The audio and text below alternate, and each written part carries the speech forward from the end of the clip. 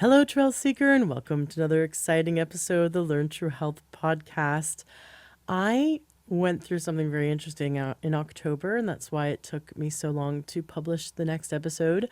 I lost my voice for a few weeks, and as you're listening, as I'm hearing my own voice, it's not 100% back yet, but every day I'm getting better and better. So I had quite the adventure in health last month, which of course included, like I said, losing my voice. And I'm very excited to compile everything I learned from the experience. And I'm definitely going to be putting together something for you guys in the future, in the near future, where I'm going to share what I found out really worked. So I was hit out of nowhere with really bad bronchitis. It was the weirdest thing. I went from totally fine to boom, 100% bronchitis, which led to losing my voice. And the adventure, which was last month in my health journey, led me to discover a few things that I hadn't used before. I used my whole bag of tricks, everything I normally use, all the herbs and the homeopathy, the phototherapy patches, which actually was the single most important thing in getting my voice back. I went from, I'd open my mouth and no sound would come out. I put one of the patches on that's specifically designed to generate healthy new tissue and decrease inflammation. And almost immediately I was able to talk again, albeit squeaky and a little gravelly, but it was really amazing to see how fast it helps. So the phototherapy patches I was amazed by, as all my tools I use, but none of it was 100% helping me overcome. And I really wanted to avoid the use of antibiotics for several reasons. One being that I am highly allergic to most antibiotics, so that is just not fun for me in general. And being the health nut that I am, I will choose antibiotics when I absolutely need it, but I wanted to challenge my body to overcome. And my naturopath watched me the whole time and said, "Yep, you're fighting it. You're good. You're fighting it. It's not getting worse." It definitely was a really bad case of bronchitis that came out of nowhere. It hit me so hard. It was the weirdest thing. But what I learned was amazing. And of course, the whole journey is something that I take as a lesson to be able to pass on and help others. So I'm going to put together all the things that I use that really helped. Now, I have episode 115, and I've done this a few other times in the podcast where I've shared the tips and tricks and the home remedies for overcoming cold and flu and supporting the immune function, and also just making yourself feel better while you're going through the experience. So there's lots of information I've already shared, but I'm going to give you my updated version soon based on what I went through for most of October, including some new stuff that my naturopath had me do, and it really helped. And it's not something I'm comfortable sharing on the podcast because it's pretty interesting, but I think what I'm going to do is compile a free course, just a free mini course to give you guys all my notes, which is great for anyone who wants to boost immune system and also help yourself when you are fighting something respiratory or when you're fighting, cold or flu. It's great to have these tools. I believe in modern medicine, like I believe in that there's life-saving drugs, and antibiotics are some of them. But I also know and have seen so many times that we overuse antibiotics and we tend to run to them first instead of helping the body fight the battle. So if you're like me and you're one of those people who really wants to support the body in fighting the battle and not wiping out our entire microbiome every time we get a cold or flu, which can lead to so many health issues in the long run, including candida in the gut. But also, Dr. Joel Fuhrman talks about this, and I had him on my show before. He talks about this, that there are studies that show that every time we use antibiotics, we raise our chances of cancer. And so we are damaging ourselves for our long-term health, our long-term gut health, but we're also significantly harming our immune system and leaving ourselves more susceptible to what they now call superbugs, right? So not to fearmonger at all, but basically it's a tool. These drugs are a tool that we want to use when we need them. And we also don't want to run to them at the first sign of infection if we can fight it ourselves. And I have some amazing holistic tools that are scientifically proven to help our bodies overcome, which I did. And now my voice is healing every day. It's getting better and better. You should have heard me a few days ago. I sound like a Mickey Mouse or Minnie Mouse if she had been a smoker for 30 years, which is kind of sexy, but also not great for podcasting. So I'm gonna wait about another week before I start doing interviews again. But luckily, I had actually done this interview right before I got sick, so I'm able to publish it now. I am so excited to share something with you, and that's a project I've been working on. I've compiled what I've done the last 12 years working with clients. I've compiled a list of health habits, of lifestyle changes that are so significant, are so meaningful that they make huge strides in health. So if you want to, increase your immune function, if you want to increase your energy, if you want to deepen your sleep, if you want to lower your stress, if you want to have more joy in your body and more joy in your heart, have better digestion, all these things. I have these amazing and very powerful foundational tools that are daily habits. And habits are kind of hard when at first, right? Because there's such a new thing. It's not one of our habits, right? So it's easy to forget or easy not to do. But I teach them in such a way that's fun and easy to implement, and you see almost instant results. And by the end of this journey, you will have all the foundational tools that I teach all my clients that really help them overcome major issues and feel like they're just loving the body they're in. So I'm going to be launching in a few weeks my first book, which is more of a wellness journal. It's going to be the Learn Through Health 12-week wellness revolution journal. And in it, every week, you get to do a new habit that I teach you. It's like a health challenge that you get to do for 7 days. And if you love it and you see a difference, you can keep implementing, keep doing it. Most of these habits are things that are no cost or very low cost, things that are going to be easy to implement in your life, and you'll see big rewards. So it's totally worth doing. It's going to be a lot of fun, and well, I think it's a lot of fun because I'm a health nut. I think you're going to think it's a lot of fun because why else would you be listening to this podcast? But I'm working on launching it, so it'll be available before the holidays. I think it's going to be a great gift for those you care about, those that want it. No matter where they are on their health journey, my goal with my journal that I'm publishing is that it is going to meet you where you're at. So if you're someone who is just taking their first steps into health, just taking their first steps into getting their health back, or if you've been walking the health nut path with me for years, both people will benefit from this journal. So it's going to meet you where you're at and help you build foundational health habits in a fun way that you get to see results and feel results in your body, and that's so rewarding. So you can gift this to those you love. You can do it with your friends. You can even get friends or family or your sisters, or get your partner or your kids or your mom with you to do it with you. And how fun would that be? And it'll also be great going into the New Year's because I think January mentally is kind of like wipe the slate clean.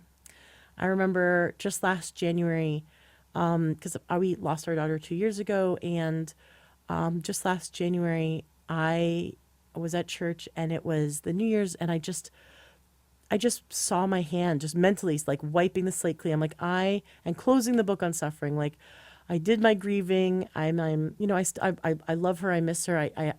I think of her all the time, and I get sad about it, and I also feel tremendous love. And what happened in January is I said, you know what?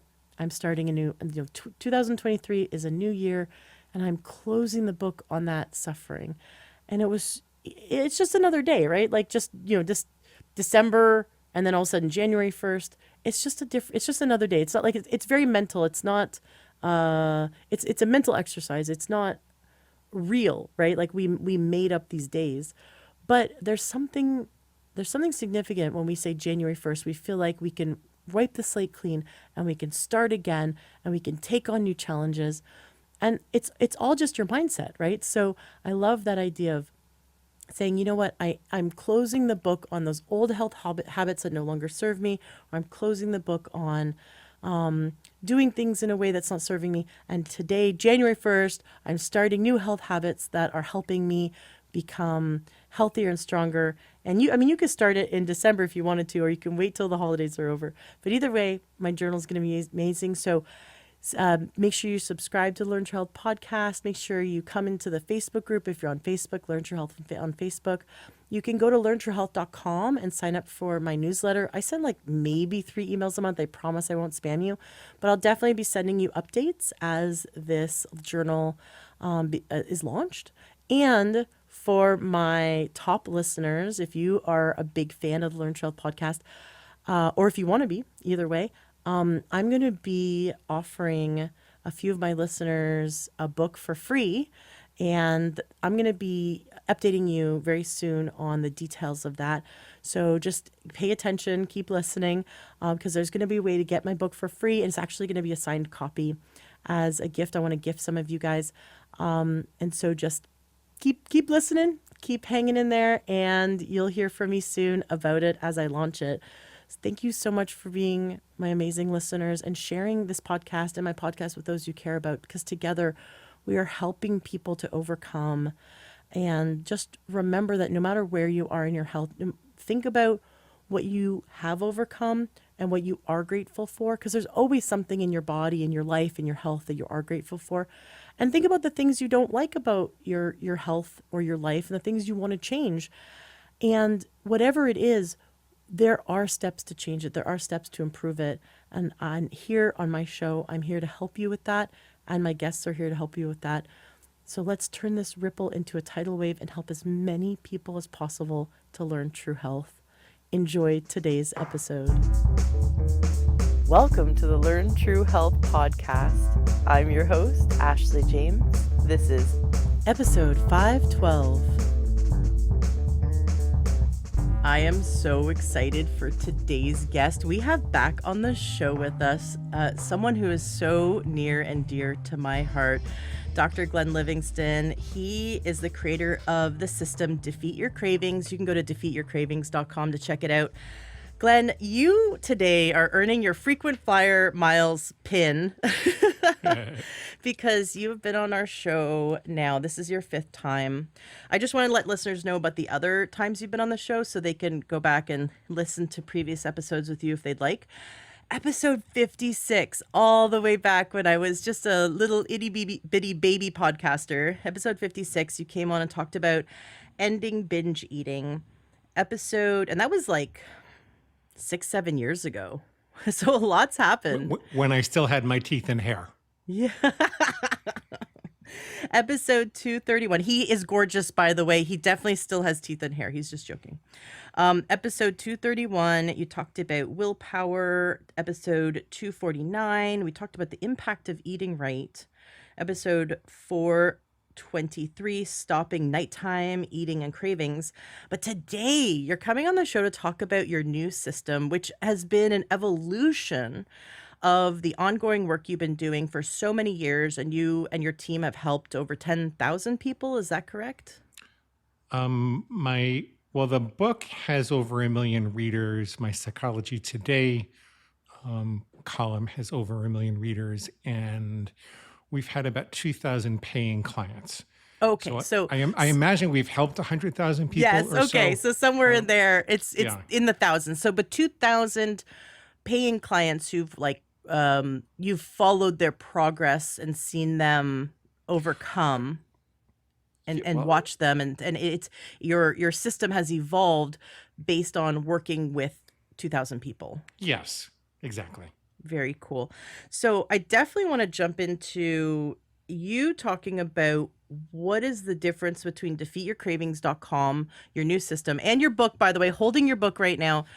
I love your book. I couldn't put it down. It's and I've read your other books, and and they're all great, but this one I feel is it was so much easier for me to work through the system and to like look at myself and do some self-reflection and to set some rules in place. And I really feel like it's like a fine wine. You've really you've refined it, and of course after working with 2,000 people, there's definitely something to say about your book, Defeat Your Cravings. And I want listeners to go to defeatyourcravings.com if you feel like food controls you in any aspect of your life. You can get a free copy in the Kindle or Nook format there. Well, Nice. thank you, Ashley. I'm really excited to be here. We've always had in-depth, stimulating conversations where I learn things too. And I've had you on my show, so I guess we're buddies. I guess we're in the Mutual Appreciation Society. Absolutely. And you've really helped me through the years. And I don't know if you know that, but part of my podcast is that I'm on this healing journey with my listeners. I consider myself an expert. I've put in, the 10,000 hours into like research and working in the holistic health field, but there's no Mount Everest of health and mental wellness. Like there's just no like, oh, I achieved it. That's it. Check that off my bucket list and I'm done. We're Yeah, always yeah. growing, evolving, learning. And I just love what I've learned from you. And I've told my friends to see you, and you're someone who I feel is so compassionate, so caring, but also will cut through the BS in such a loving way that you really help people just get to the heart of it and get results without having to do years and years and years and years of work. Like you just cut through in a very loving way. So I really appreciate your system. I'm going to have you follow me around and introduce me everywhere. I will edify you to introduce you to other people for sure. So Um, what should we talk about? yeah, absolutely. Well, for those who didn't listen to the other episodes, why don't you just give us the little tiny blurb about you so people can understand where you're coming from? Okay. So I guess the thing to know about me is I'm I'm not a doctor who just decided to work with obesity or eating troubles. And by the way, I part of what's different about the new book is it really expands to allow people to work with anything that's making them eat beyond their own best judgment. You don't have to have an eating disorder to benefit from this. But I'm not just a doctor that decided to do that. I had an awful lot of trouble with food myself. I mean, like if you went by the Woodbury Country Deli in the late 90s sometimes and you found that they were out of pizza or Pop Tarts, the odds were that I was there before you. And I was almost 300 pounds and I was, suffering. I was suffering. Not initially. Initially, I thought I'm 6'4" and I'm modestly muscular just genetically. And so I could get away with a lot when I was a kid and I was working out all the time. But when I got married and I got a little older and I was commuting 2 hours each way to see patients and I wanted to help my wife at the time with her business. I'm divorced now, but I wanted to help her with the business. I didn't have time to work out and the food started to catch up to me. And it wasn't so much the physical impact at first. Later on it was, but it was more the mental obsession with it. Like I'd be sitting with patients and thinking, when can I get to the deli or when do I get the next pizza, Hmm. And to be a really good psychologist, which has always been really important to me. I mean, I grew up in a family of psychotherapists and I used to have my little friends come over and lie down on the couch and tell me about their mother. And it was always the most important thing to me to really help people. But I just found that I was a little too obsessed with food to be 100% present. And thank God I worked that out eventually. But so I went the traditional route and I tried to love myself thin. I thought if I could heal the hole in my heart, that I wouldn't have to heal the hole in my stomach. And I went to the best psychologists and psychiatrists and counselors, and I went on a spiritual journey and I went to Overeaters Anonymous, and everything got me a little thinner and then a lot fatter, a little thinner and a lot fatter. I learned a lot about myself psychologically. I feel like it made me a more compassionate, soulful, in-depth person. So I don't really regret having done the journey, but it really wasn't until about 20 years later that I started to put it together for real. And there were three things that happened that changed my paradigm.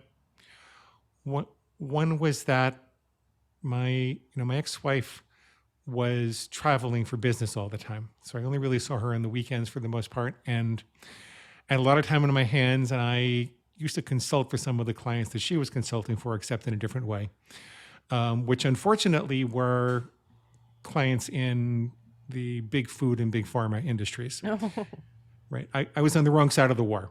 Like I'm kind of like the Marlboro man later in his life when he felt contrite. When I was kind of selling sugar and all these hyper palatable concentrations of starch and salt and fat and cytotoxins. It's engineered to hit the bliss point in your reptilian brain without giving you the nutrition to feel satisfied. And as I was doing that, I really started to see how much money and time and rocket science they were putting into engineering these concoctions. And it had nothing to do with personal psychology. Like the fact that, there were so many calories in such a small space for so little money, in a package that mimics what we would see in the wild, so that we hit those evolutionary buttons that say we really need that, advertised by, an industry which was spending an equal amount of money to make us believe this stuff. And I saw there were, 5,000 to 7,000 messages per year beamed over the airways and the internet. But hardly any of them are about just eating more fruit and vegetables, right? right. And I said, well, these are not psychological forces. This is not a problem with my mother having dropped me on my head, or, her mother dropping her in her head, or, you know what I mean? It's just, I'm being a little silly, but it's not a depth psychology problem. This was a problem of industry where we're living in a society with a perfect storm for overeating and overindulging. And then the addiction treatment industry was saying you can't quit even if you want to. The best you could do is abstain one day at a time. And there's no evidence of that, by the way. And in the meantime, there were all these fat cats in white suits with mustaches that were laughing all the way to the bank every time I'd look for love in the bag or a box or a container. And I said, okay, this is not necessarily an internal problem.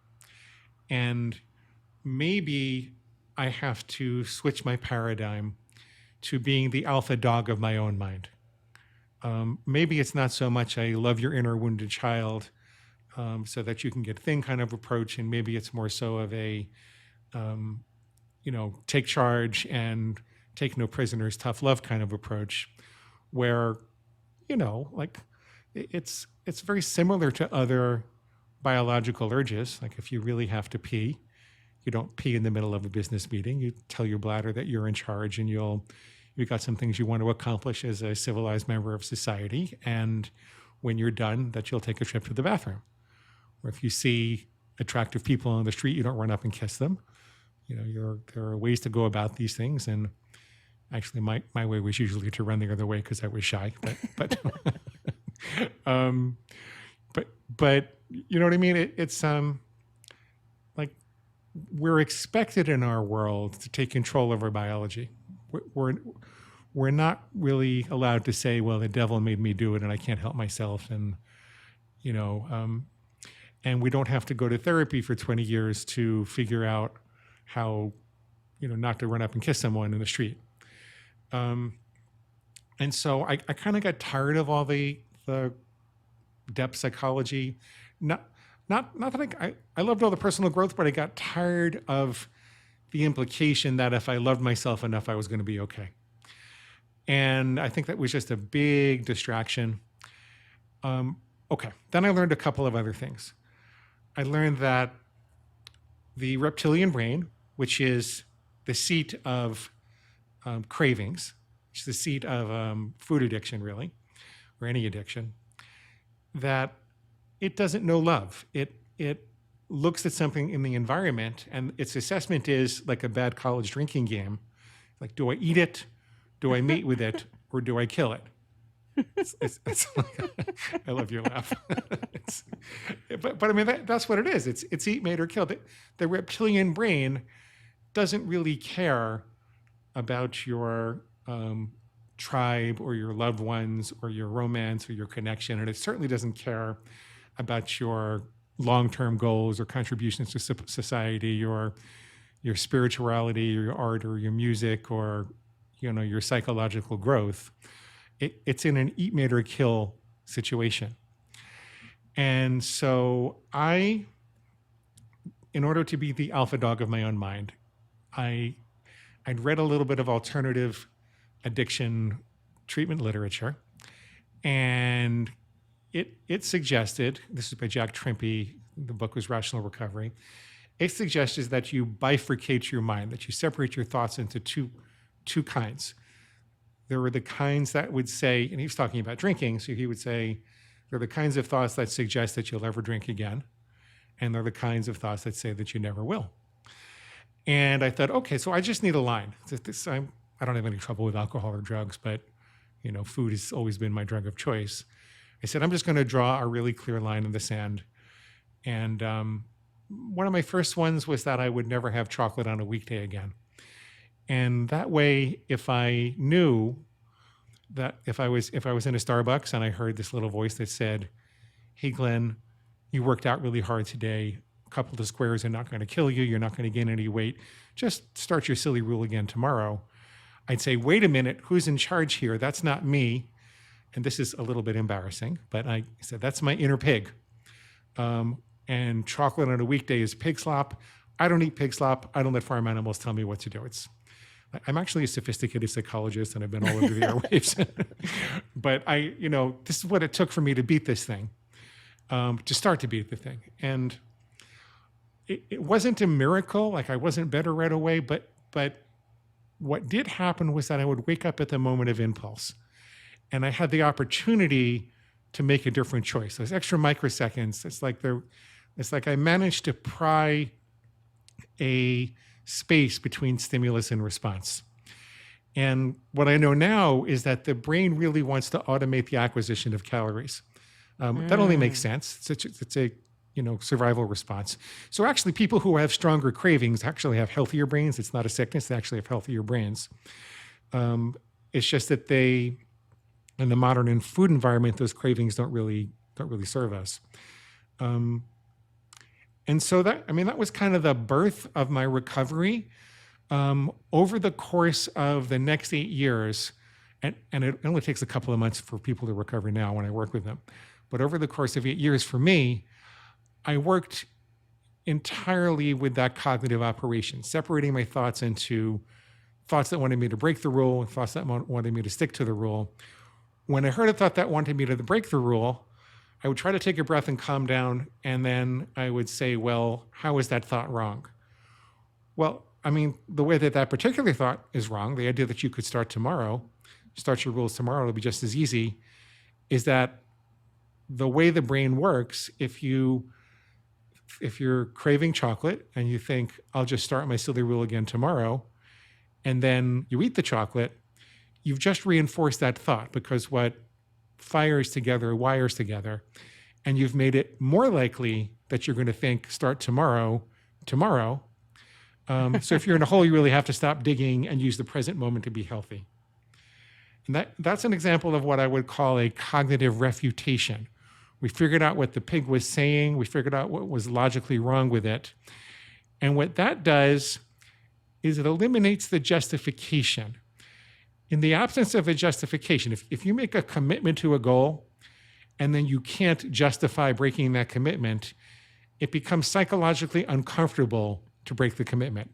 Not impossible, but uncomfortable, because you don't have the excuse anymore. It's kind of like if it was previously a greased chute, now you've poured some sand and glass on that chute. You can still go down it if you want to, but it's not really advisable and it's not much fun. And so that's how I recovered. But it turned out for me that there were a lot of things that the pig was saying. There were a lot of lies it was telling me. And, I did it the long, hard way, because I only used these cognitive techniques, and I hadn't really developed the methodology for fleshing them out quickly. So I didn't have my systems available to me when this all started. It took about 8 years keeping a journal. Then I eventually wrote a book. That book took off just around the time I was getting divorced in 2015. I published it, and it took off in 2016. I wound up with 1 million readers and all these clients. And Then over the course of the years coaching those people, I develop ways to do it faster and better, still focusing almost entirely on the cognitive component, like how to fix your thinking about food, which is very important.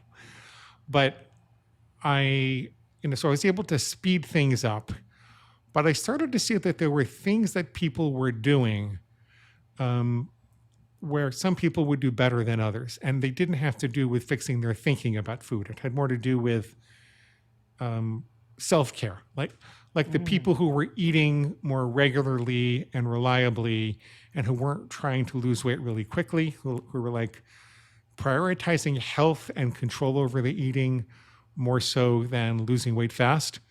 So they mostly would have 3 meals a day. They mostly weren't doing extreme diets. I would see higher levels of success with those people than the people that would say, "Well, I'm only going to eat apples for a month," or I'm only going to have 1 meal a day, or something like that. And I've been, I've befriended many of the intermittent fasting podcasters, and I don't dispute the medical benefits of it, but I just tell people that if you're struggling to get your eating under control, you should probably have somewhere between 3 and 6 months of regular, reliable nutrition before you do that. And then you can go back and integrate it. I really agree with you about the intermittent fasting, and actually that was that's in your book. Again, love your book, Defeat Your Cravings. I really want listeners to go check out defeatyourcravings.com. There's lots of great, freebies. You can even like you said, you can even download the book for free if it's on Kindle. And in the book you talk about intermittent fasting, and I found it fascinating because I'm one of those health coaches who tells my clients not to intermittent fast at the beginning. And so many of my clients are like, "Okay, I'm ready to get my health back and I'm going to only eat 2 hours a day." And I'm like, "No." And fasting is really healthy, and it's not healthy at the beginning. That's especially like if people have been eating more the standard American diet or processed food. But I love how you elaborated on that and explained that what you saw in your, 2000 clients, that people who jumped on the intermittent fasting bandwagon, they ended up failing in their recovery, or the recovery became much more difficult because they would relapse and they didn't really do the work. It's just harder to do the work and get to a place where food isn't this constant obsession in their mind, or they feel like they have really great control over their cravings and their eating. I, So and then later down the road, like you said, 3, 6, 9 months down the road, when you really feel like you are at a really good place with your eating, then start to slowly transition into intermittent fasting and give it a try, but only when you feel like you're in control. I think it's because you first have to normalize your blood sugar and get used to what it feels to be more even keeled. Mm-hmm. And I think you have to, get a lot of the toxins out of your system. Your body has to do that work first. And also, when you get a lot of the processed foods, my people don't have to give up anything necessarily, but if you have significantly less processed foods, then, there are things in processed foods that turn off your ability to know when you're hungry and full. And they Mm-hmm. mess with your leptin and ghrelin and the hunger regulating hormones, and they really create cravings for themselves. And so it's very, very uncomfortable getting off of those foods in the beginning. So if you combine that with the fasting element that tries to speed up that production, the purging of it, it's more uncomfortable. And I think a lot of people crap out because they can't get through that. Another thing about intermittent fasting that we don't consider, especially if someone has a blood sugar dysregulation, and you don't have to have type 2 or type 1 diabetes. Like you can just be like pre-diabetic, or you could have metabolic syndrome, or you could just have you could sort of still have somewhat okay A1C, but you could sort of go into hypoglycemia, or you could go into hyper. You can still have problems with your insulin resistance. And jumping into too quickly into narrowing your feeding window, your eating window, causes you to to go into stress response, and the stress response then oftentimes will trigger our desire for comfort food, right? Because we will go to the uh it's like our binky. I kind of I don't mean to like make fun of people, but it's like when you get, and this is again, everything I say is because I've personally been on this journey. I am on this journey with you. But I have to catch myself because like Glenn, you talk about how your inner voice is your pig, and I identified in one of our interviews, I'm pretty sure it was the episode 56, that my inner voice is my inner brat, and I am like this total spoiled 5-year-old who little girl, like think of in the Willy Wonka and the Chocolate Factory. What's her name? I know who you mean. She wound up having a big. She became a big blueberry. That's like me, this little brat, and she wants what she wants when she wants it. And so if you in the past, if anyone said to me like, do you really need that dessert? And I don't eat sugar anymore.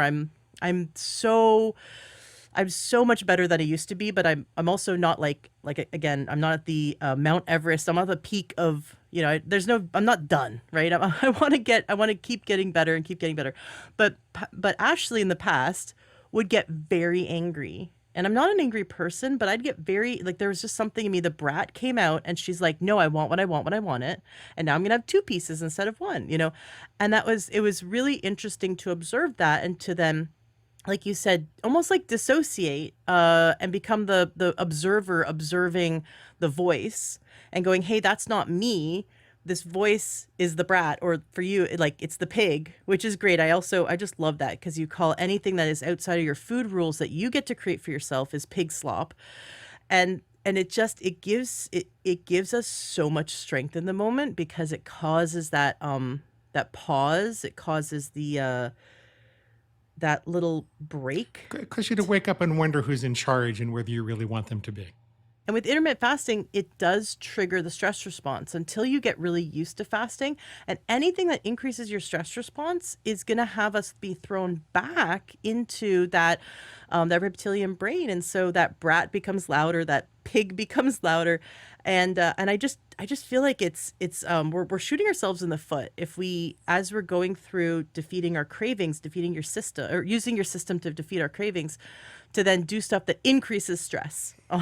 We want to do things that decrease stress. And I love how in your book you talk about how so many people have found that when we take just 5 minutes and anyone can take 5 minutes in a day, or just, even take 3 breaths, that kind of pause gives us so much more control. So, gosh, you said so many important things that I want to take off on, but let's talk about that stress response. Psychologists might call this organismic distress. It's really the experience of something's wrong, I need resources. Maybe I need warmth or contact or food or water or sleep or space to think. But there's something wrong and I need resources. When the brain feels like that, when the reptilian brain feels like that, and it is mostly a reptilian brain function, it wants to force you to be less discriminating with food. So this is why you get the screw it, just do it response. And this is really what the evolution of the new book was about. The original book was about fixing your thinking with food so you didn't have the justifications. And we do that in the new book also. We took the best of that. But the new book is more about, what is this screw it, just do it response all about, and how do you fix that? And there are a number of things that you said that that I could take off on to help people to do that. One of them is just taking those decision-free breaks throughout the day, because the ability to make good decisions, that's what willpower really is. Willpower is the ability to make good decisions, and we only have so much willpower in a given day. We can only make so many good decisions before our willpower tank is empty. And this doesn't only apply to food decisions, that applies to what do I do with this email? Do I delete it? Do I spam it? Do I delegate it to someone? Do I save it for later? Do I execute on it right now? Do I reply right now? Every little decision like that burns a little bit more of that brain glucose that lets you make good decisions later on. What are you going to wear today? Who's going to take Jenny to soccer practice? It all feeds into it. And there are studies where they show that people have trouble resisting marshmallows if you make them do math problems before. So what we can extrapolate from that is if you can take a few decision-free breaks during the course of a day. Just 5 minutes where you put your phone down, you turn off your email, you take a walk by yourself, you go and you take some deep breaths, and there's nothing to decide. It's just 5 minutes, 10 minutes, twice a day. It makes a world of difference. The other thing that can minimize the pressure on your willpower is using the hard and fast food rules. People have a lot of objections to using hard and fast food rules. They're afraid it's going to stimulate their inner rebel, a whole bunch of things we could address if you want to. But the real benefit of it is that rules make decisions for you. If I say, if I say I'll never eat chocolate during the week again, then I don't have to make any chocolate decisions every time I'm at Starbucks during the week. If I say I'm going to have chocolate 10% of the time and avoid it 90% of the time, that might be a great idea in theory, but how do I decide which is the 90% and which is the 10%? And in the absence of a heuristic that helps me to do that, then I have to make these decisions all week long, and it eventually wears down my willpower. So one of the benefits and one of the reasons why people got so much better when I helped them to overcome their fear of making hard and fast food rules was that they eliminated a lot of the pressure on their willpower because decisions were made for them. We had them make a list of all their trouble foods, and only their trouble foods. You don't want to make rules about everything because it'll drive you crazy. But you make a list of your trouble foods, and you come up with hard and fast rules to define what role you want that food to play in your life. And it can be anything from I'll never have it again to, I'll have no more than 2 ounces or 4 ounces per day, whatever it is. We have the good humor person here as we're talking, which is apropos, right? The ice cream truck is here passing by. Oh, no. Can See, you your hear that mic in the is back? so good. I can't. I maybe heard a tiny bit, but no, that would have been really funny if we all could hear that ice cream truck go by. That is hilarious. Okay, good. Good. Yeah, Glenn lives in Florida where people eat ice cream all year round. I mean, I'm up here in Washington State where it's like 50 degrees. It's 13 Celsius for.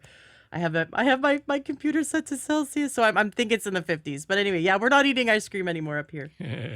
I love your thing about rules. I'm sorry, I'm going to interrupt. Because you talked about how it's like when people object about, I can't follow a rule. You're like, well, would you rob a bank? And it's like, no, of course I wouldn't rob a bank. Well, would you murder someone? No, I wouldn't. So if you think about, there's things in life you've decided you'll never do. And you actually don't have to have willpower to do those things. They just become part of your character. And over time, these rules that you decide, not you, Glenn, but you, the listener, decide a food rule, then it becomes part of your character. It's like, I don't do that. That's not what I do. Like, I don't murder people. I don't rob banks. I don't eat chocolate during the week or something like that. I decided my food rule lately that I created and have been implementing is I never eat past 7 p.m. unless it's apples or algae, like a handful of chlorella or spirulina with my tea. I do like a golden milk. It's not milk. It's a type of Ayurvedic tea that has all these wonderful herbs. And I like to try to eat as early as possible during the day, not intermittent fasting, but I don't want to catch myself at 9 at night eating dinner because I want to go to bed on an empty stomach. And I also find that like the willpower, like you talk about, we run out of willpower. So it's like at 9 at night, if I'm hungry, the inner brat is the one making the decisions for me. Oh, what sounds good? What sounds delicious? I'm like, no. It's 9 at night. I don't need calories. I'm about to go to bed. What? If I'm hungry, I could drink some tea. I could, have a few apple slices, or I could have a handful of chlorella, or I could just drink some water and be fine. But that inner brat, if I don't have that rule in place, that inner brat's like, let's make sushi at 10 at night. I mean, I'll sit there and I love cooking. I love cooking healthy food. I cook whole food, plant-based. I'm I don't eat processed food, but I can still overindulge. I can still find, I mean, I can overindulge a kale salad. Like I can, it is ridiculous how that inner brat, no matter how healthy you eat, could, kind of go off the deep end. Cause you said like the brain really wants to secure as much calories as possible, for our survival. And I'm not in a desert. I'm not I'm not going to hit, hopefully none of us are going to ever be in a famine, so I want to be conscious of eating healthy, but also eating healthy portions that are getting the right amount of nutrients in me. And late at night, if I let myself just eat whatever I want, I almost always will eat too much. And and so when I learned about your rules, it's like, yes, at first, there's definitely a part of the brain that goes, no, I'm a rebel. This'll just make it worse. Don't restrict me. And then when you follow the rules, it's like, oh, there's so much freedom because I can, like last night, I came home from volunteering at the church and I'm like, okay, it's 7 o'clock and that's my rule. So I'm not, and I'd already eaten enough today. It's not like I was starving myself, or eaten enough that day, but I came home and had slices of apples and I was so happy and proud of myself following my rule. I did not feel like I needed to rebel. And it felt, Dr. Seuss, I don't remember that was his pen name. I don't remember what his actual name is, but he wrote about this, that in restriction, we actually gain more creativity and we gain more freedom within a set of rules. And he talks about that because he wrote his best-selling book. He was only given 50 words in order to write his best-selling book. I think it was Green Eggs and Ham. I'm pretty sure that's what it was, but he was given 50 words and he ended up making a masterpiece. And he said, it was within that restriction that he found freedom.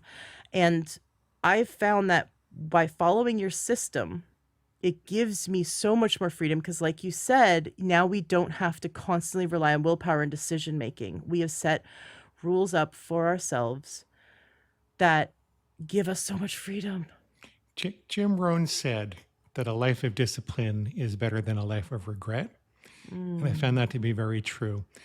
And there was a philosopher, I forgot his first name, I know his last name was Bell.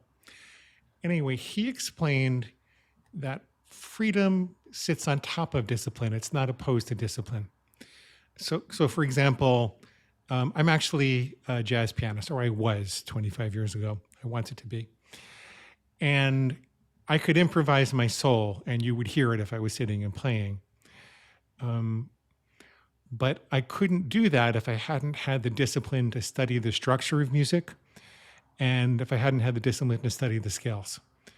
So I know how to improvise away from that structure because I know where it is and how to get back to it, and I know how far I can improvise away from that structure before the ear starts to hear it as noise. And so that discipline has given me the freedom to express myself. You could also think about driving. It's only because of the discipline of the engineers that work it out so that when you turn your wheel 30 degrees, that the wheels of your car turn 30 degrees, and a lot of other things that the engineers, put into your car. It's only because of that discipline that your radius of locomotion is expanded greatly, that you can drive all over town and even all across the country, all around the world. Without that discipline, you wouldn't have any freedom. So it's a mistake to think that discipline restricts your freedom. Discipline is actually the foundation which enhances and expands your freedom.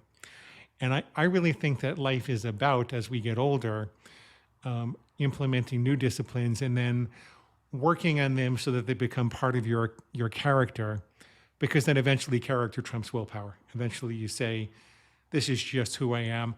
I don't have a rule that says I'll never eat chocolate again. I'm just someone who doesn't eat chocolate. Period, end of story. I love that because the pig, the brat, that little inner voice that wants us, it's always constantly, always ready to get us to break our own rules, right? That wants to convince us that discipline's bad. Yeah.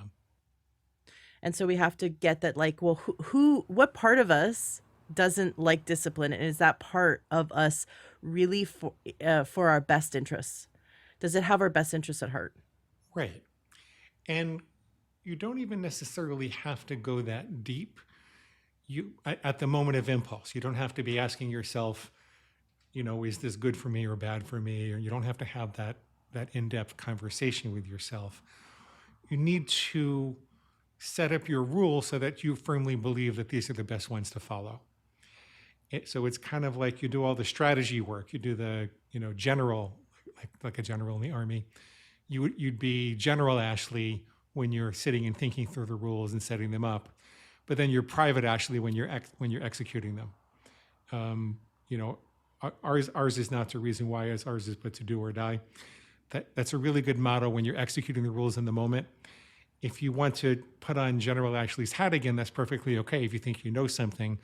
But you do that when you've got a full belly on the rules that you followed, Yeah. and you've got time to think and strategize, and you're being rational about it. You don't do that at the moment because the pig wants a piece of chocolate cake or the brat wants a piece of chocolate cake. So let's talk a bit about the screw it, just do it attitude. I've seen that. I've seen that in myself. I've seen that in my husband. I've seen that in my clients. I've definitely seen it in Hollywood, right? Like mainstream media, like, oh, you had a fight with your husband, just go get that pint of ice cream. Or on the Golden Girls when they went to get cheesecake, right? Yeah, right. It's just this idea that tomorrow is a better day. And I love that you talked about how it over time builds the neurology of our brain so that we end up just always doing that behavior. That and we have to think about that a behavior you accept is a behavior that repeats. It's not a one-off. It's not a one-time thing. How do we catch ourselves in the moment and like refute the pig when the pig says, screw it, just do it, you deserve it, we can start tomorrow, why are you following this rule today, life's been hard, you deserve the food you're craving. So the first thing you need to do is create at least one simple rule so that you will wake up at the moment of impulse. If you're just kind of sort of trying to eat well or eat healthy and you tell yourself, well, I really know how to eat healthy, I just need to do it more. That's not going to cut it because there's not a clear bullseye to aim for. So you're not going to wake up if the arrow is pointing away from the bullseye. So you start with one simple rule. And examples of those could be, I'll never go back for seconds, or I'll always put my fork down between bites. It doesn't have to be something that regulates or restricts a particular food. Or it could be, I only have pretzels at Major League Baseball parks, or I never eat bread during the week, but on the weekends I can have 2 slices when I'm out to dinner.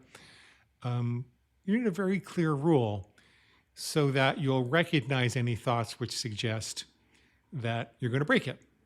So that's what creates the separation between you and your inner food enemy. But once you have that, you'll start to become aware that there are things that happen before those thoughts emerge. Like your mouth might get a little dry, or you might get goosebumps, or you might start sweating a little bit. They're signals of activation of the sympathetic nervous system, which is the part of the nervous system that gets us geared up for action. That's the part that says there's a little bit of an emergency here. Now, it might not be rational, but we need resources. We might have to fight off that hungry bear. We might have to find heat or shelter. We might need to reconnect with the tribe. We need resources one way or the other. This is not a time to be discriminating about food. So you try to become more aware of the activation of your sympathetic nervous system. And then you also become aware that between the moment that you first have the thought about breaking the rule and the time when you actually execute the behavior, there's usually a series of fantasies that ensue. For example, I recently gave up all caffeinated beverages whatsoever. I was down to just drinking decaf for a long time, and I decided that I had to give up decaf. I'd done it before, but it was harder this time. And And the reason for that, by the way, that was my blood pressure was still a little bit high, even though I was eating so well and exercising and not having any truly caffeinated beverages. I was still having gobs of decaffeinated. So I said, okay, Mm. I got to get off that. Um, so I made a rule that I never have any caffeine whatsoever, even in decaffeinated drinks. I'll only ever have herbal tea or, non-caffeinated beverages. And once I made that, I was aware that, my pig got very active, but I was aware that there was a fantasy that would ensue the moment I started considering maybe that was a stupid rule. Maybe I could actually get a little caffeine. Maybe I could handle one a day. Um, I would think about, first of all, stepping away from my computer and stopping my work and getting in the car and driving about 5 minutes to my favorite coffee house and um, getting the coffee. And I put a little plant-based milk in it and schmoozing with the people behind the counter who would often give it to me for free because I was there so much. And I realized it was just this whole pleasurable experience. Then I'd go back into the car and I'd maybe listen to podcasts while I was drinking it, or I'd call friends or my sister or something like that. And it was just this incredibly pleasurable fantasy, even before I began to get in the car. And then I learned that I could stop that fantasy in the cradle. I don't have to let that fantasy grow up.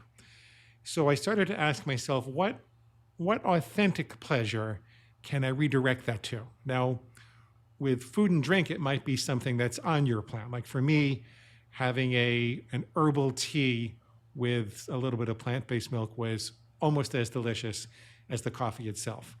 I couldn't really get it because they didn't have that kind of tea at the coffee house, so I didn't have the whole coffee house experience, but it was equally as delicious, and it would force me to take a little break as well. So I started to immediately recognize when that fantasy would start, and I would redirect the fantasy to making my, mint tea at home and putting in a little bit of the plant-based milk that I kept in the refrigerator. And so you can do that. You can try to catch the urge before it gets out of hand. Then you can also do a type of breathing which takes you out of the sympathetic nervous system and puts you into the parasympathetic nervous system. And actually, you told me you were going to add a piece to this. Oh yeah, I'd love to. Yeah, so you discuss in your book the 7-11 breathing, and we had a little talk about how I teach something very similar to that, but I add a few details because they've done studies around or observations around increasing heart rate variability. So they discovered heart rate variability, I'm 99% sure this is how it was discovered, that there was a Russian cosmonaut up in the space station and he was sleeping. You know how they kind of harness themselves to the wall or otherwise they'll float around. Allegedly, I've never been there. Just guessing on how they do it. And they were monitoring his heart rate in space. And they started freaking out because his heart rate became what they thought was erratic, but he was sleeping and he's incredibly healthy. And they noticed that when he took a breath in, his heart rate was significantly different from when he exhaled. And the difference between the inhale and the exhale, so like heart rate speeds up and then it slows down with the breath, so imagine breathing, especially when you're sleeping, should be a lot like an ocean wave, very just up and down, just very gradual, slow. And the exhale is much longer than the inhale. And there's to recreate this, there's no pauses. So we inhale for 7 seconds and then we exhale for 11. There's no pauses. So you inhale, count to 7, and then immediately begin to exhale, but exhale longer. Now, for some people, this is like 11 seconds is too much or 7 seconds is too much. So you can start, because some people have never really taken deep breaths, and their connective tissue, their ribs, everything it's sort of like you warm up to go to the gym. Like you're at the gym, you warm up before you do stuff. We kind of got to warm up the back, warm up all the little joints, get the ribs going. So you might start with a deep breath that's 5 seconds, and then an exhale that's 8 seconds. And then if you keep that up, you might get a little lightheaded. So then you got to slow it down. So take the deepest breath you can. And when you breathe, they call it the 3-point breath, where you, first of all, soften your belly, because a lot of us, especially, I don't know, there's certain cultures which people don't care, but in where I'm from, everyone kind of tries to suck in their tummy and look skinnier than they are. So you got to let your belly just hang out, just rest and soften your belly. And then when you take a deep breath, feel your diaphragm go down, feel your belly come out. Like, just give yourself room in your abdomen to let yourself take a deep breath. And then on your next breath, do the same thing. Let your abdomen go down, just relax, let your diaphragm go down. So take a deep belly breath. And then at the peak of the belly breath, now try to get a few more inches in by expanding your ribs. So now you're breathing like to your sides. You can put your hands on your sides and feel them move. And then the next breath, you're going to do the same thing. Soften the belly, lower the diaphragm, really get that deep belly breath, feel the ribs expand. And the last part is put your hand on your clavicles, the sternum and the collarbones, and feel them rise. So that's the 3-point breath. So it's belly, rib cage, rising of the clavicles or the collarbones. And that's a really big full breath. And then slow down in the exhale. And there's no pauses. So you inhale and then exhale slower. And you try to get to a point where your inhale is 7 seconds, your exhale is 11. You could even, if you're more athletic or you're just more practiced, or as you practice this, you can even get to a point where maybe it's 8 seconds in and 12 seconds out. You can play with it. But the idea is you're slowing down your breath, you're getting full deep breaths, you're not pausing between, and your exhale's always longer than your inhale. And if you do this every day, you will increase your heart rate variability. And the exciting part about heart rate variability is it's one of the accurate ways that we measure whether we're in fight or flight or not. So whether you're in the autonomic nervous system's response of the stress response, which is the sympathetic nervous system response, or whether we've switched that off and we've switched on the parasympathetic response of rest and digest, of healing. This is the response where the body is able to gain nutrients from our food, where it's able to calmly make healthy hormones, healthy sex hormones, healthy everything. The body goes into heal mode. The body is constantly triggered to be in stress response. And we're seeing this in our food. Our food, actually, the processed food triggers stress response. Looking at your cell phone triggers stress response. Looking just at every aspect of our life is constantly triggering this fear. And we're thinking about things we're afraid of. Even just thinking about things you don't want to have happen triggers the stress response. So we're bombarded with stress response triggering input all day long. And yet we've never really been taught or raised to perform a habit on a daily basis that intentionally gets us out of stress response. And this is why so many people are so anxious and have sleep problems and have hormone problems and have digestion problems, because when we're in fight or flight, the body stops putting resources towards long-term health and healing. And it shunts blood away from the core, so we don't digest. It shunts blood away from the logic centers of the brain, so we have a really hard time focusing and concentrating on critical thinking and higher thinking. And we become more into that reptilian brain. Now, of course, we can override this. That's the cool part, is that this is not like a life sentence. This is not like you're doomed to be controlled by the reptilian brain. This is just what happens if you're not the one driving the bus. The exciting thing is that you can drive the bus. Yeah. The exciting thing is that, the first step is awareness, but once you have the awareness, you can start with a simple, breath out for longer than you're breathing without any pauses. So you can push yourself into the parasympathetic nervous system. Mm-hmm. And then you have a lot of options. See, then you've really pried yourself apart from the automatic loop that the brain really wants to set up in the acquisition of calories. And I have to admit, I didn't know everything that Ashley was just saying now. She just schooled me a little bit. Well, I love learning from you, so it's mutual. What I would tell people is, think of it like this.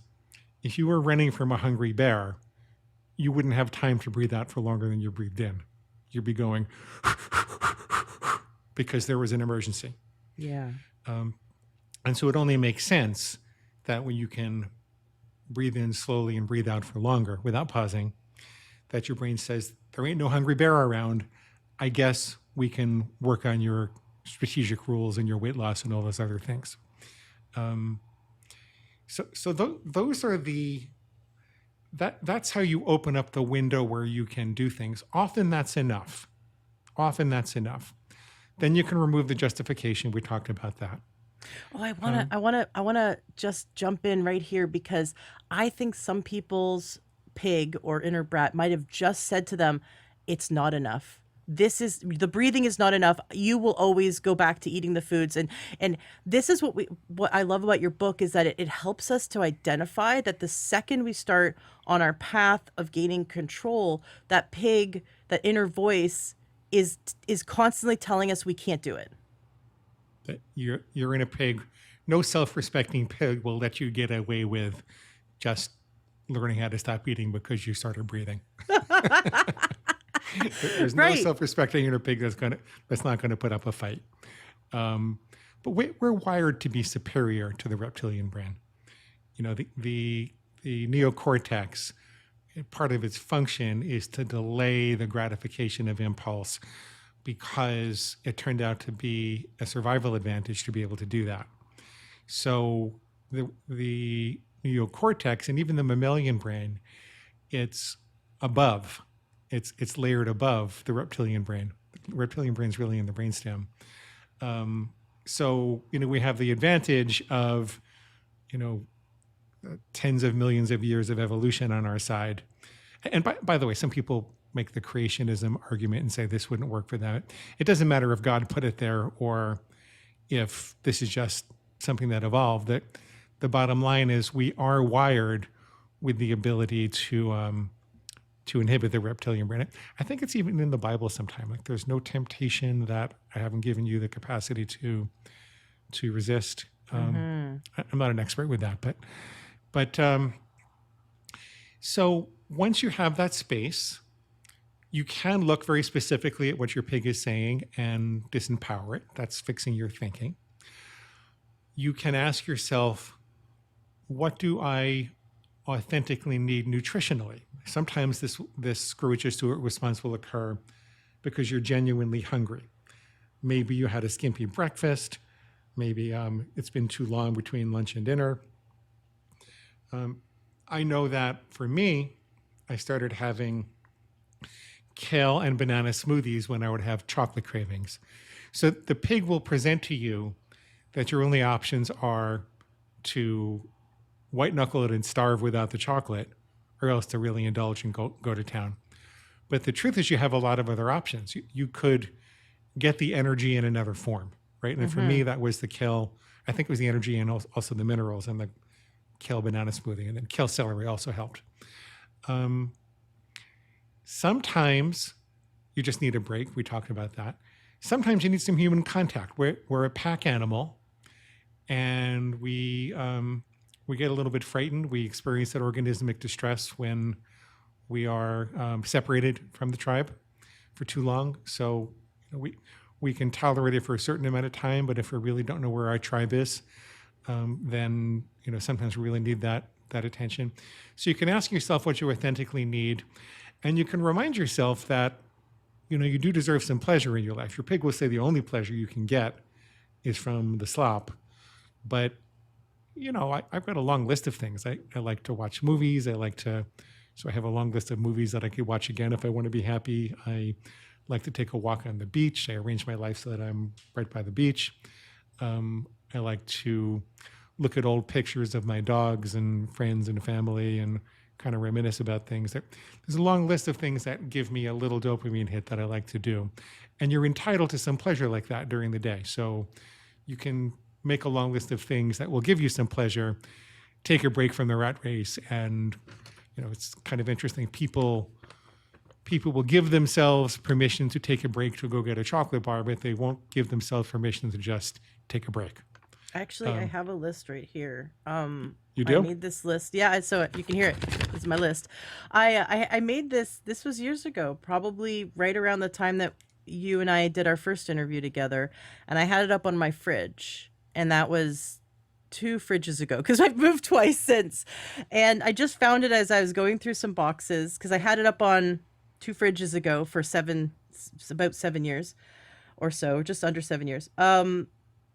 Things to do instead of overeat, which was the title of it. But overeat for me could also be considered, because it wasn't like I sat there and ate 20 servings, right? For me, overeating could be I had one serving, I'm full, but then I went back for half a serving more. Like for me, that's like anything beyond what I actually needed was an overindulgence, trying to find pleasure in food. And, I think you can definitely find pleasure in healthy food. And then there's that responsibility of like, okay, I'm full.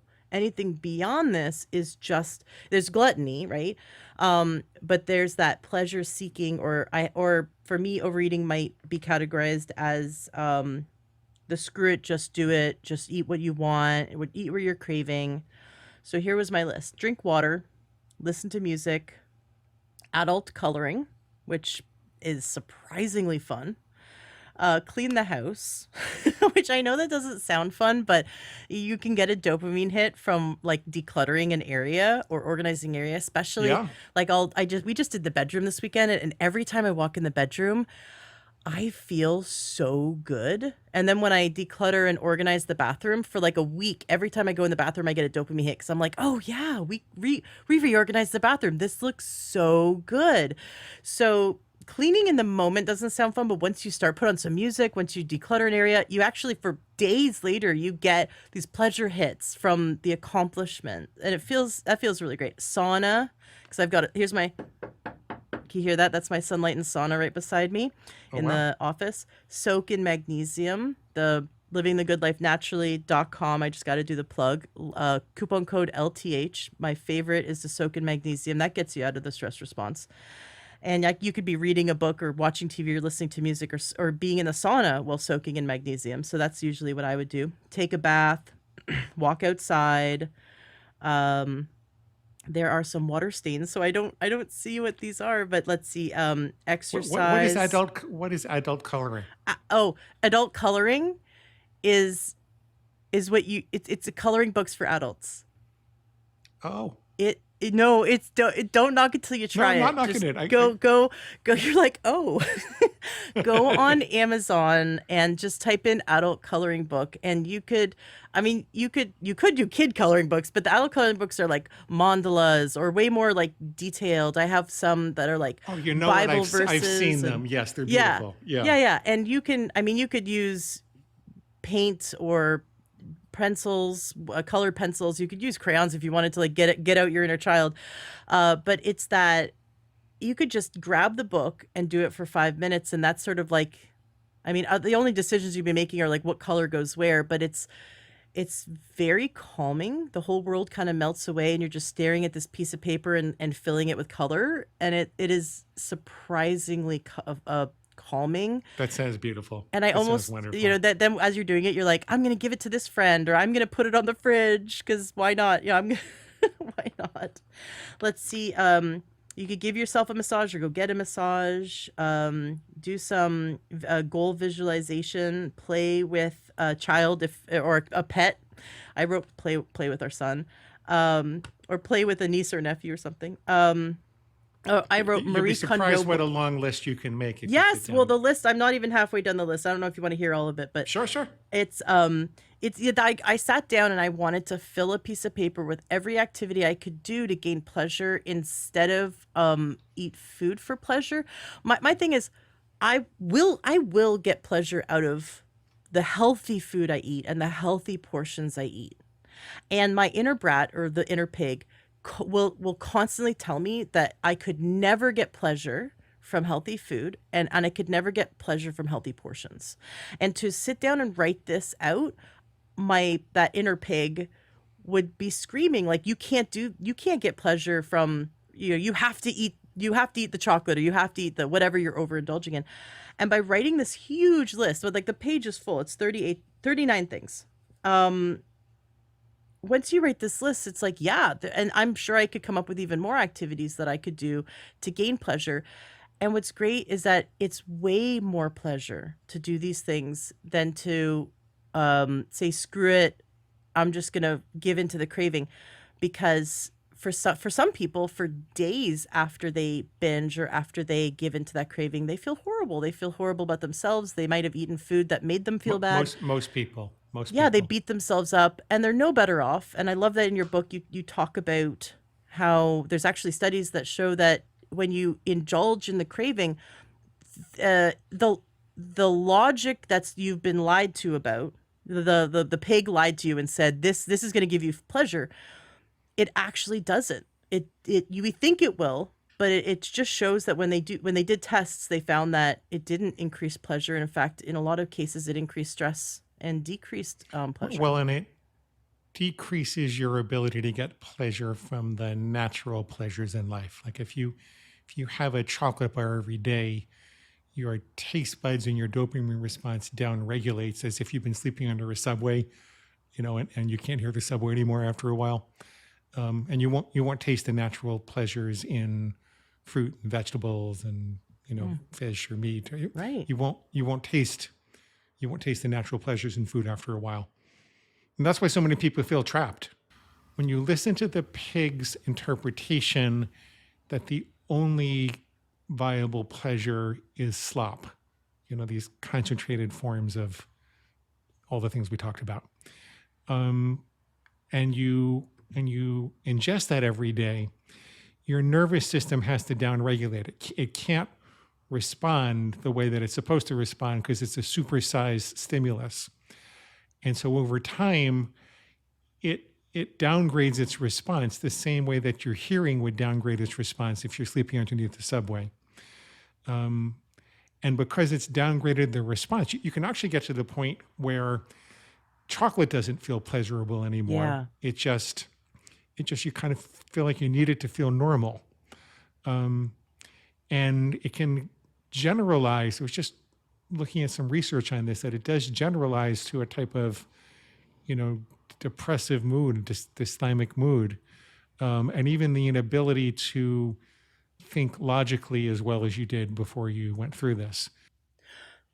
This is so important because we see that pornography, when people first start out, I'm largely men, but I think women, there's a percentage of women watch porn.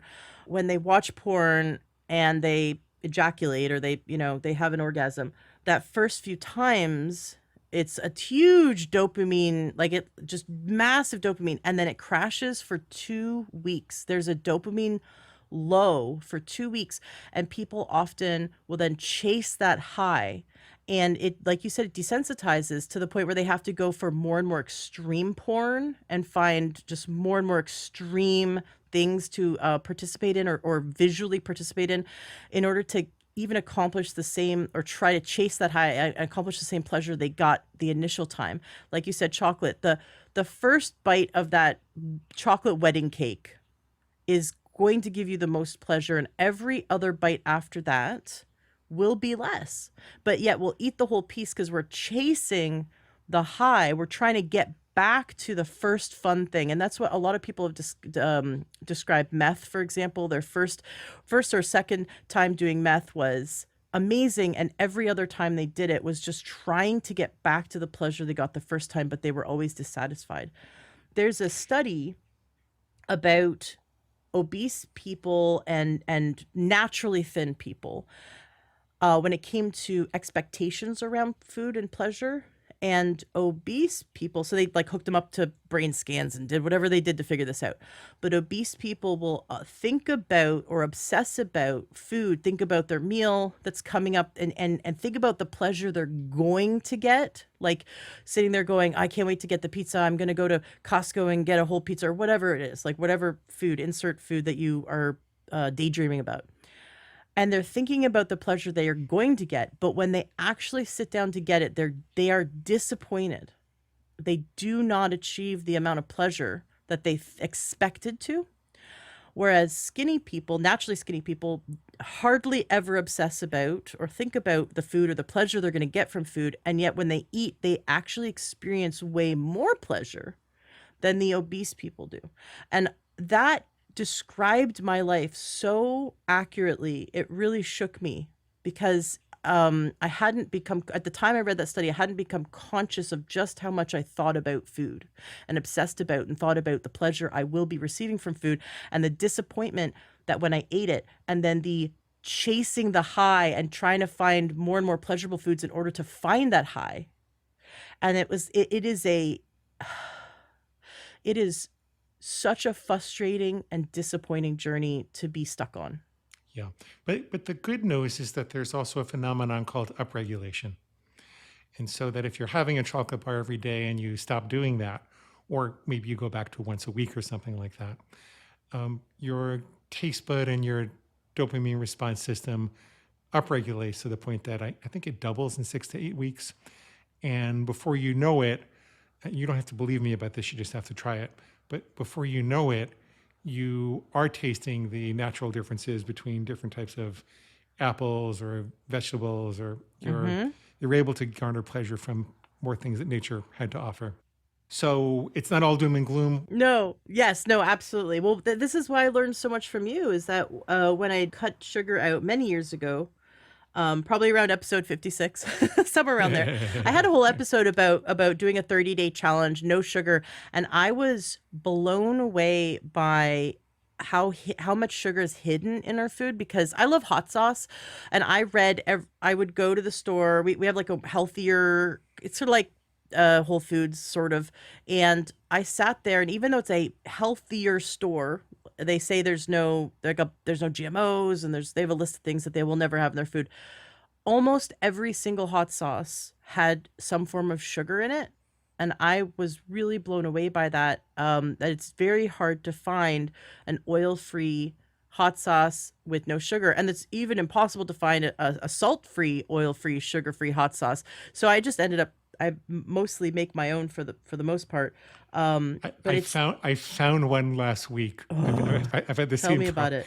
It's called Melange of Peppers, and it's from Whole Foods. Okay, I'm gonna go get it. I'm gonna go try it. It's a little expensive, but I was looking. I eat salt, oil, and starch free also, and it's called Melange of Peppers. It's really good, actually. Nice. Well, just to prove my point, I went through every single thing I ate, looked through the ingredients, which I, at the time, was still eating some processed foods, so you still have to read ingredients, and it would annoy my husband because we'd go in to grocery shop and spend 90 minutes reading labels, but you have to be a food detective, and I just was blown away at how much sugar is hidden in our food, and also it might not say sugar, it might say maltodextrin or fructose, or there's over 20 words that mean added sugar. Actually, when I work with people to make a sugar rule, I'll tell them that it's usually not sufficient to say, like, I will only have sugar once a week, or I'll never have sugar again. Yeah. You need to make an inclusive rule rather than an exclusive rule. What that means is you say the only sweet taste that I'll ever eat again are X, Y, and Z. Like for me, it's whole fruit and berries.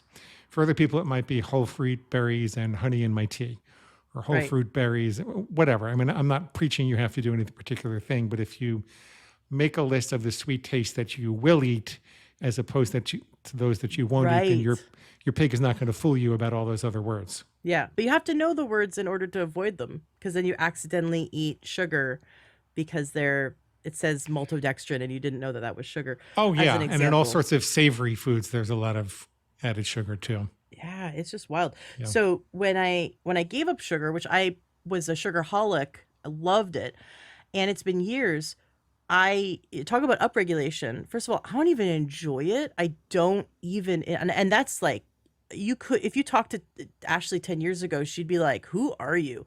I don't even get pleasure from it. It's sickly sweet. And when I eat an apple, I have to put cinnamon on it just to dull down the intensity of the sweetness. It's just apples alone are too sweet to me. But now when I taste kale, like there's a burst of flavor. When I eat fruits and vegetables, there's a burst of flavor I did not experience 10 years ago. So you talk about upregulation, it is possible, and that's why it's so exciting that you can get such pleasure from healthy foods. I still though have to separate and put a pause in between me and that brat or that pig, because that's it still comes out, especially in the screw it, just do it. If like it's really late in the day and I'm hungry and I've been really busy, oh, just order in or just get takeout or just let's just go to a restaurant or just let's just, get X, Y, and Z. And that is such an easy trap to fall in. Let's just go through the drive-through, right? Like so many people fall into that trap of processed food, that's fast food or easy food, because the pig says, you're tired, you've worked a long day, this is so much easier, let's just do this. There are a few other things that we've learned in the last 8 years that make the new book different than the old book. Do you think I could mention a couple of them? Yes, absolutely. The first one is that overeating isn't a unitary habit, it's a collection of habits.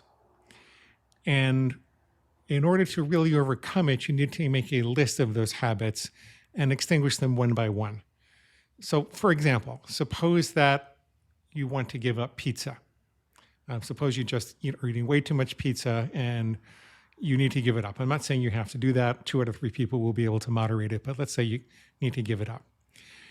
And let's say you've developed a habit of stopping at a pizzeria on the way home from work at your new job. You just moved to a new city, and every time on the way home from work, you stop at the pizzeria.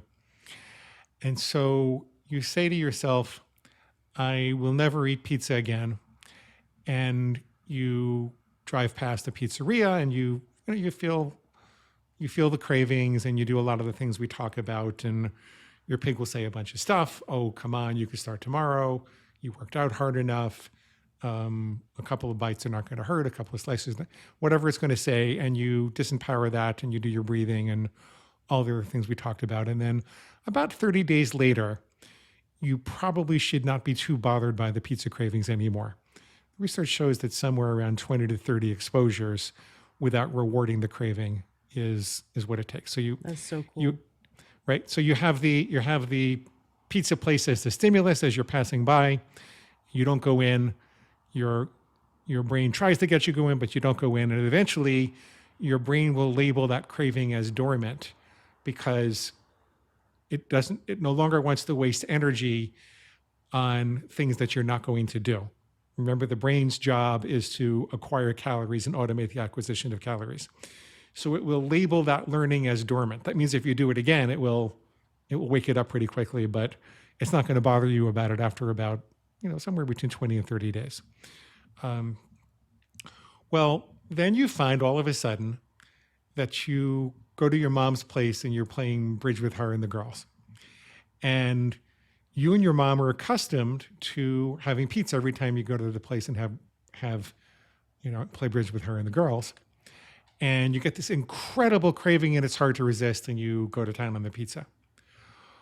Well, what a lot of people do at that point is they say, this is too hard, I failed. But you didn't fail. You succeeded in extinguishing the pizza place as a signal for pizza. You didn't make a plan to extinguish your mom's bridge game as a stimulus for pizza.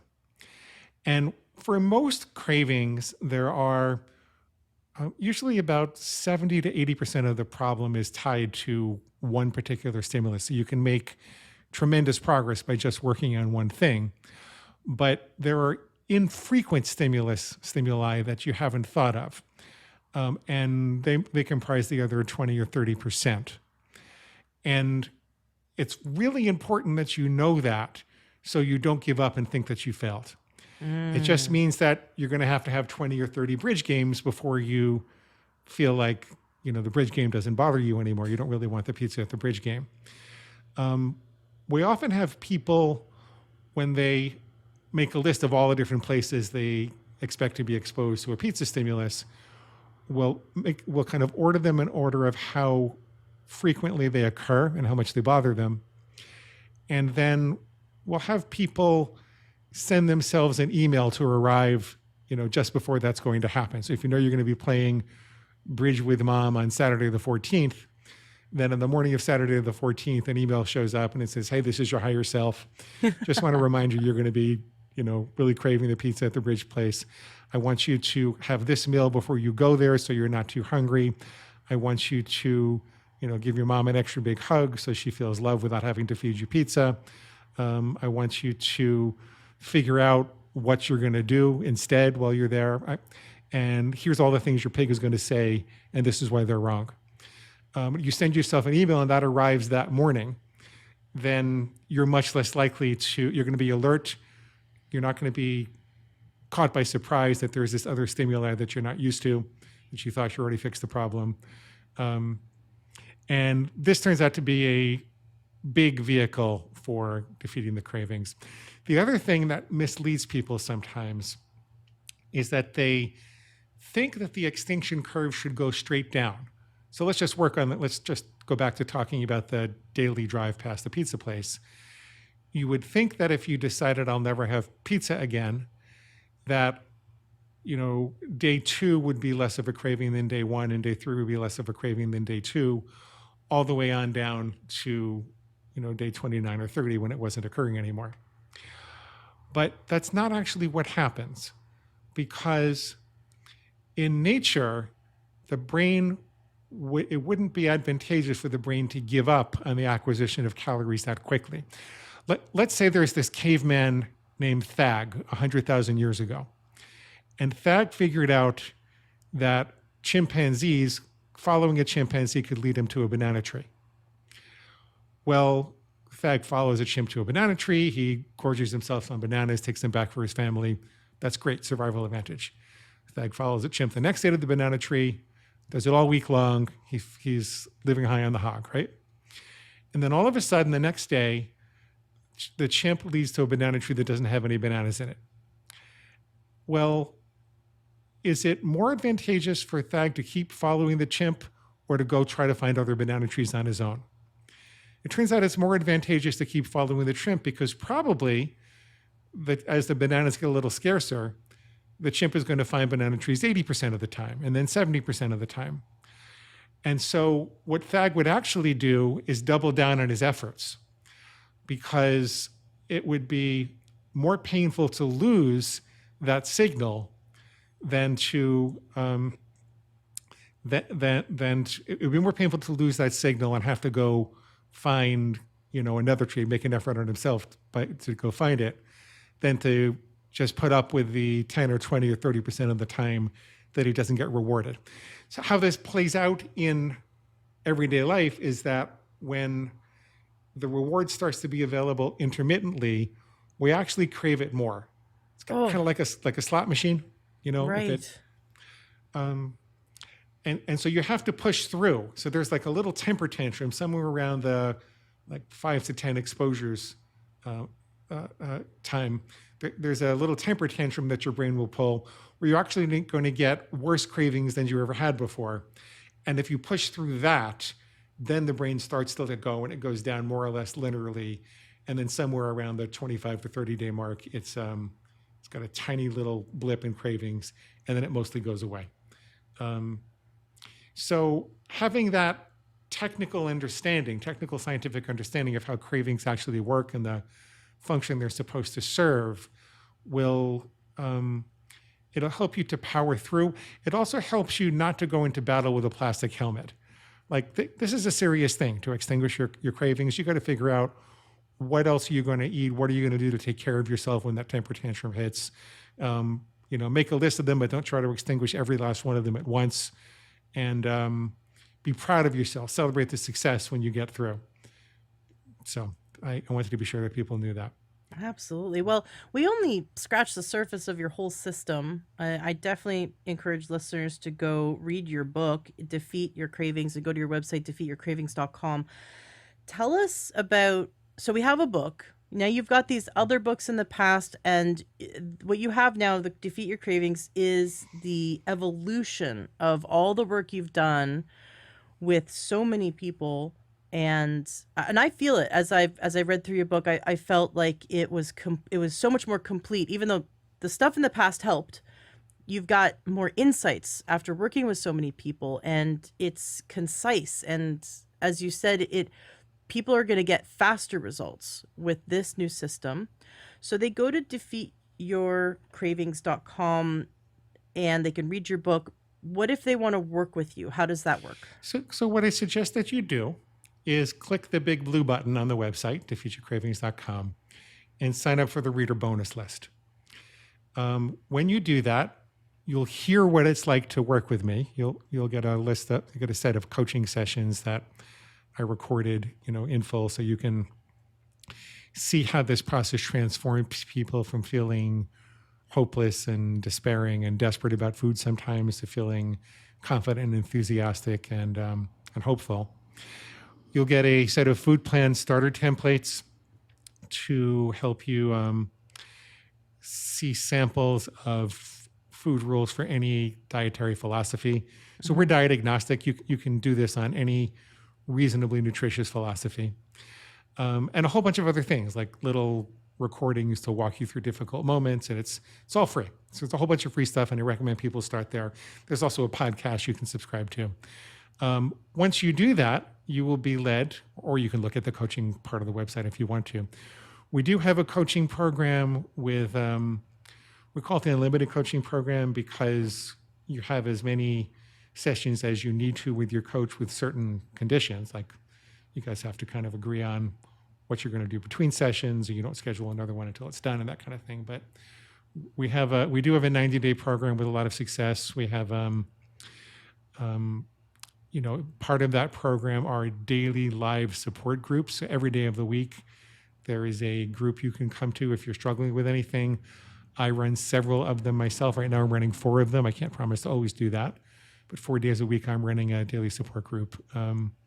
If you wanted to go directly there and see, that's at defeatyourcravingscoaching.com. But I highly recommend that what you do first is just immerse yourself in the free stuff. Click the big blue button, sign up for the reader bonus list, listen to the podcasts, read the articles, join our free community, and talk to some of the people there. I highly recommend you do that. So defeatyourcravings.com, big blue button. Nice. It's that simple. Very cool. Have you ever looked at the statistics around your system and compared it to other systems to see that you're more successful or as successful, or like can you talk a bit about the results you guys get in the long term? Over the last 3 years, this is in the previous program because the new program it's new. But over the last 3 years in the last program, in the first month, people would get an approximately 90% reduction in overeating episodes. And that's by self-report. It's not like a double-blind controlled study. No one's following them home and watching them. Right. But still, that's pretty darn good. When we go out to about 6 months, it's more like 60%. But you divide that up into people who are still using the tools and people who decided not to do it anymore. And you can see that the people who use the tools do well and the people who don't. So at some point, I'm looking to get third-party clinical trials funded so that I can, really prove this and, maybe work with insurance companies to bring it to the world at large. But I'm getting a little old, and that's a 10-year process. So right now, I'm just focusing on helping as many people that want to come from a homegrown personal coaching. I've got some coaches that work with me. But really, we get much better results with people who've been listening to the podcast for a little while first. So nice. Just recommend that you go sign up for the free stuff.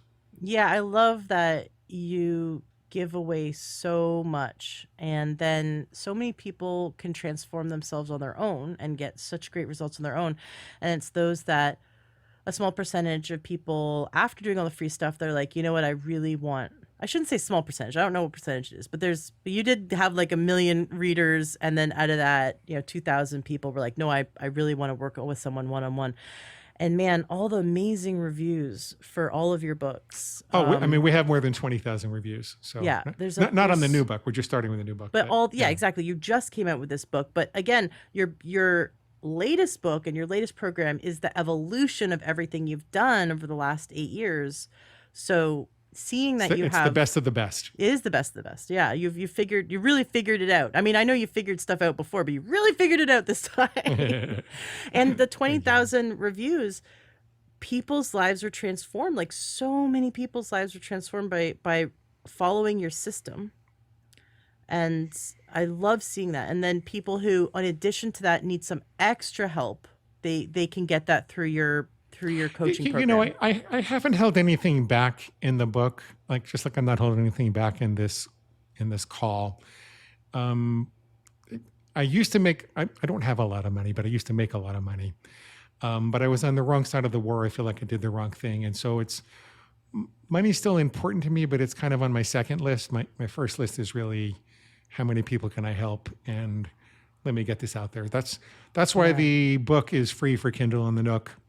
That's why we put out so much free material with the podcast and the all the freebies to help you walk through those hard moments. Love it.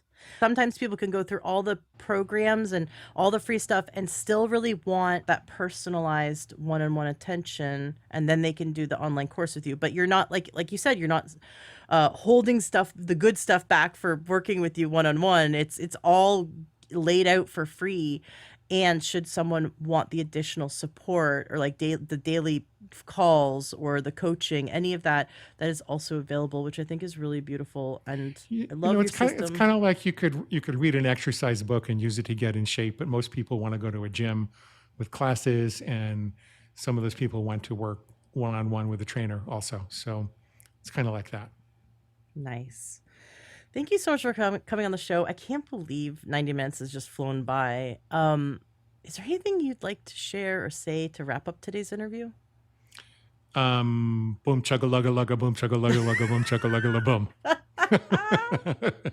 That was probably the best out of over 500 episodes. That was the best one. I don't have anything else that's brilliant to say that I didn't get to say. I probably do. Oh, there is one thing. Earlier you were talking about the comfort food in response to the stress response. Mm-hmm. It's important to stop thinking about it like comfort food, because what you're eating is not just for comfort. I often highlight this to people because they'll say they have to numb out. They were emotionally upset and they have to numb out. And I said, it's not really what you're doing. You're actually getting high with food. And I'll prove it to you. Did you ever go to the dentist and they say, we're all out of Novocaine. I'm afraid we're going to have to inject you with some chocolate. There's something else going on besides numbing out. The other thing about it, because all these, I'm sorry, I'm a little all over the place with this, but no, I love it. The things that we go to at those times are unnaturally concentrated concoctions, industrially concentrated concoctions of starch and sugar and fat, all that kind of. And then another word for that is a drug. So that's why I think it's apropos to think I'm getting high with food. The other thing is that the relationship between emotions and overeating is two ways. Most people think you have this uncomfortable emotion, it causes you to want to eat some chocolate. They don't understand that the chocolate also causes the uncomfortable emotions by the principle of operant conditioning. So for example, a lot of people tell me they can't get to sleep without overeating. But because they feel too anxious. And I'll tell them that, well, do you know that anxiety has a physiological correlate? Mm-hmm. Your blood pressure goes up a little bit and your galvanic skin response goes up and your respiration and your perspiration. And all of these are measurable. In animal studies, when they, for example, give baboons a sugar reward whenever they have raised blood pressure, don't you know that those baboons can be conditioned to have raise of blood pressure more frequently as a group? Oh my gosh, that's right. And so if you're telling yourself that you need this comfort food because you're anxious, you might also tell yourself this comfort food might be making me more anxious. It might be reinforcing it in the long run. So your body creates anxiety, so you will go eat that food. Yeah, the body is a calorie acquiring machine. And when you show it that it can get a lot of calories if there's a certain physiological state, it's more likely to create that physiological state in the future. Yeah, and and that's what we really want to have clarity over. We want to have just be consciously aware of that and not reinforce that.